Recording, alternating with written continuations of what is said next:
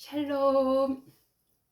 예수님을 마음에 믿고 하나님의 딸이 된 핫딸 이신숙 사모입니다. 여러분 반갑습니다. 오늘 여러분과 함께 나눌 은혜는요. 민수기 14장 28절에 보면 이렇게 말씀이 있습니다. 그들에게 이르기를 여호와의 말씀에 내 삶을 두고 맹세하노라. 너희 말이 내 귀에 들린 대로 내가 너희에게 행하리니. 아멘. 하나님이 하나님의 말씀에 들린 대로 그대로 행한다라는 말씀입니다. 여러분 오늘 하루를 살면서 하나님이 내 말을 듣고 계신다 라는 생각을 갖고 사셨나요? 제 자신을 돌이켜 보면서 오늘 제가 하나님을 의식하고 말을 했는지 하루를 돌아봅니다. 그런데 솔직히 하나님을 의식한 그 순간들도 있었지만 사람을 보고 사람의 눈치를 살피고 사람의 기분을 좋게 하려고 맞장구를 치고 얘기했던 부분들도 사실 없지 않아 있었음을 고백합니다. 주님 용서해 주세요. 오늘 이 말씀이 나온 배경을 여러분 알고 계시나요? 이 배경은 이스라엘 백성들을 하나님은 나를 왕으로 인정하는 나라 이스라엘을 만들겠다라고 하나님께서 그래 결심했어 결심하시고 나라를 만들기 시작하십니다.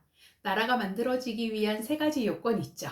나라가 이루어지기 위해서는 국민, 주권, 영토 이렇게 세 조건이 이루어져야 합니다. 그래서 하나님은 아브라함, 이삭, 야곱 그리고 야곱의 12아들 쭉쭉쭉 낳고 하나님 나라 백성이 쭉 만들어집니다.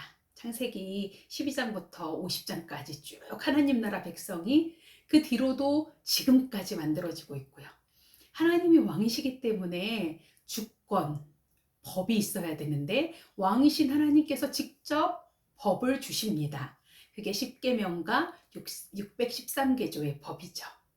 그리고 하나님이 왕이시기 때문에 하나님이 땅을 주시죠. 그 땅에 들어가서 살으라고 말씀하십니다. 그러면서 이스라엘 백성들에게 내가 너희가 그곳에 들어가서 살게 해줄 테니까 가서 정탐해봐 라고 약속을 하십니다. 12명의 이스라엘 백성의 리더를 보냅니다.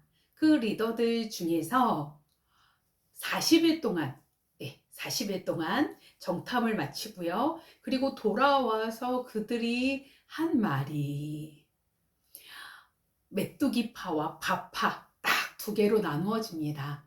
무슨 말이냐면 그 중에 12명 중에 딱 10명은 과반수를 훨씬 넘죠. 12명 중에 10명이니까. 그 10명은 다녀와서 이렇게 얘기를 합니다. 그 땅에 갔더니 젖과 꿀이 흐르는 땅 맞아요. 그런데 그 땅에 갔더니 그 땅의 백성들은 힘이 세고요. 그 땅에 막 성은 견고하고 그리고 거기에서 아낙자손, 네피림의 후손인 아낙자손 거인들을 봤어요. 그들을 보고 우리를 보니 우리는요 그들에 비하면요 뚜기 메뚜기밖에 안 돼요 라고 이야기를 합니다. 그들은 환경이 너무 크게 보이니까 그들을 지금까지 인도하신 하나님, 홍해를 가르시고 홍해 바다 건너 미리암처럼 홍해 바다 건너 미리암처럼 막 춤추고 기뻐하고 잊어버리고 환경이 너무 크게 보이니까 잊어버리고 만나 메추라기로 먹이시고 그곳까지 인도해 주신 그 하나님 또 잊어버리고 하나님께서 목말라요 하면 반석을 쳐서 반석을 통해서 물을 주시고 쓴물을 단물되게 해주시고 엄청난 하나님의 영광을 다 보여주셨는데도 불구하고 그들은 또 문제 앞에서 하나님을 잊어버리고 눈앞에 그 거인만 보고 그들을 보고 나를 보니까 나는 그들에게 메뚜기밖에 되지 않아요 라고 불평 원망을 합니다. 막 모세 아론에게 삿대질을 하는 거예요. 왜 우리를 지금 인도해서 우리가 이 광야에서 저들에게 칼에 맞아 죽게 하느냐 라고 하고 막 소리를 지르고 울고불고 밤새 난리가 납니다. 그때 갈렙이 "아니야, 아니야, 아니야. 그 땅은 심히 아름다운 땅이야. 하나님께서 우리를 인도하시면, 하나님께서 우리를 이끌어 주시면 우리는 능히 취할 수 있어. 그 땅을 취하러 가자." 나중에 여호수아 갈렙이 막 합세해서 얘기를 합니다. "두려워하지 마. 우리에겐 하나님이 있잖아." 라고 이야기를 합니다. 너무 안타까운 것은 12명 중에 10명이 "안 돼, 안 돼, 안 돼, 안 돼." 라고 이야기를 하고, 나머지 2명만이 "우리 하나님 보고 하나님 따르고 하나님 믿고 가자." 그들이 우리한테 먹이야. 가서 앙 하고 먹어버리면 돼. 하나님이 다 계획하고 계셔. 하나님이 도와주시면, 하나님이 기뻐하시면 우리는 능히 들어갈 수 있어. 라고 이야기를 합니다. 여러분, 어떻게 됐죠? 하나님은 너무너무 속상하셨어요. 하나님이 성경에 보니까 10번이나 하나님을 시험했다라고 이야기를 하고요. 하나님의 이야기를 듣지 않고 자기의 마음대로, 자기 눈에 보이는 대로 말하고 원망하고 불평한 이들에게, "그래? 내가 너희 말 다 들었어. 내가 너희 말 들린 대로 내가 그대로 되게 해줄게." 라고 이야기를 하게 됩니다. 사랑하는 여러분, 그 이야기를 제가 오늘 하루를 살면서 많은 생각을 하게 됐습니다.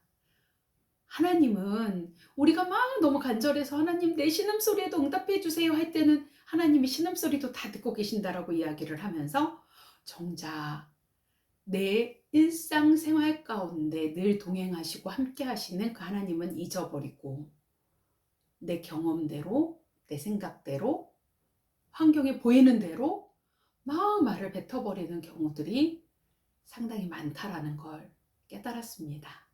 그래서 저도 오늘 하루를 보내면서 회개하고 다시 한번 주님을 바라보면서 이렇게 유튜브를 남깁니다. 저는 이 찬양을 좋아해요.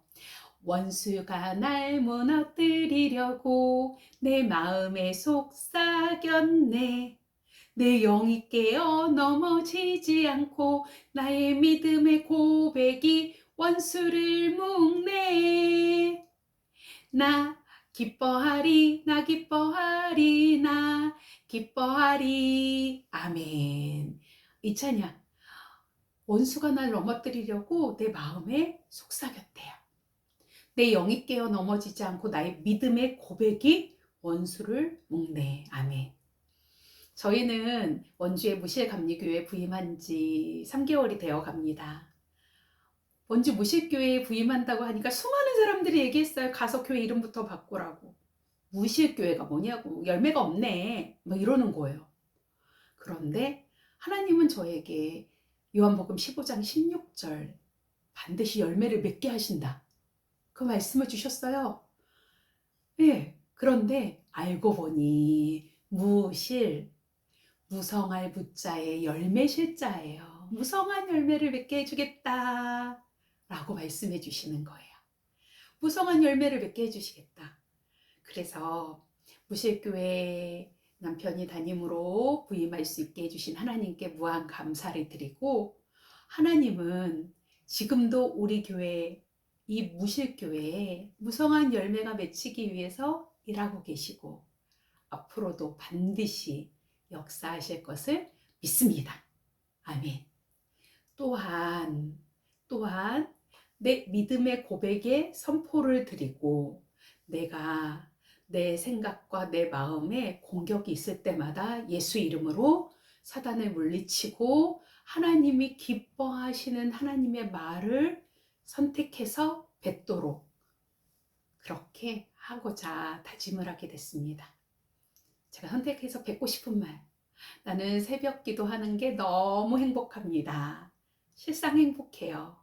일어나는 게 비록 힘들지만 실상 행복합니다. 그리고 새벽 기도를 통해 너무 큰 은혜를 받고 있습니다. 하나님께 예배드리는 삶이 너무나 행복하고, 성도들을 그리고 만나게 하시는 분들을 사랑으로 섬기는 것이 너무나 행복합니다. 그리고 자녀들은 기도하면 망하지 않는다라는 거.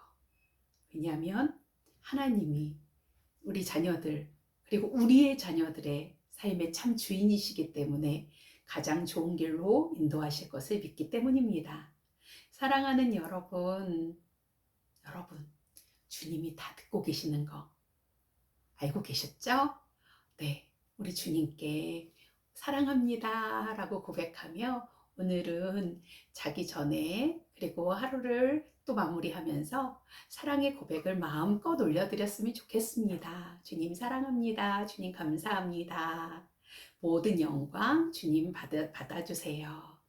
그리고 우리 무실교회, 무성한 열매교회뿐만 아니라 원주의 이 땅의 교회들, 특별히 비전교회들, 힘든 교회들, 어려운 교회들 하나님께서 붙들어 주셔서 부흥할 교회들로 다 바꿔주시고, 그리고 원주뿐만 아니라 이 땅 곳곳에 이 부흥의 은혜가 넘치고 넘쳐서 대한민국에 가득 차고, 그 은혜가 넘치고 넘쳐서 전 세계에 퍼져나가고 저 북한 땅까지 하나님의 은혜가 넘치고 넘치기를 간절히 소원하고 소원합니다. 하나님이 하십니다. 그래서 가능함을 선포하고 감사드립니다.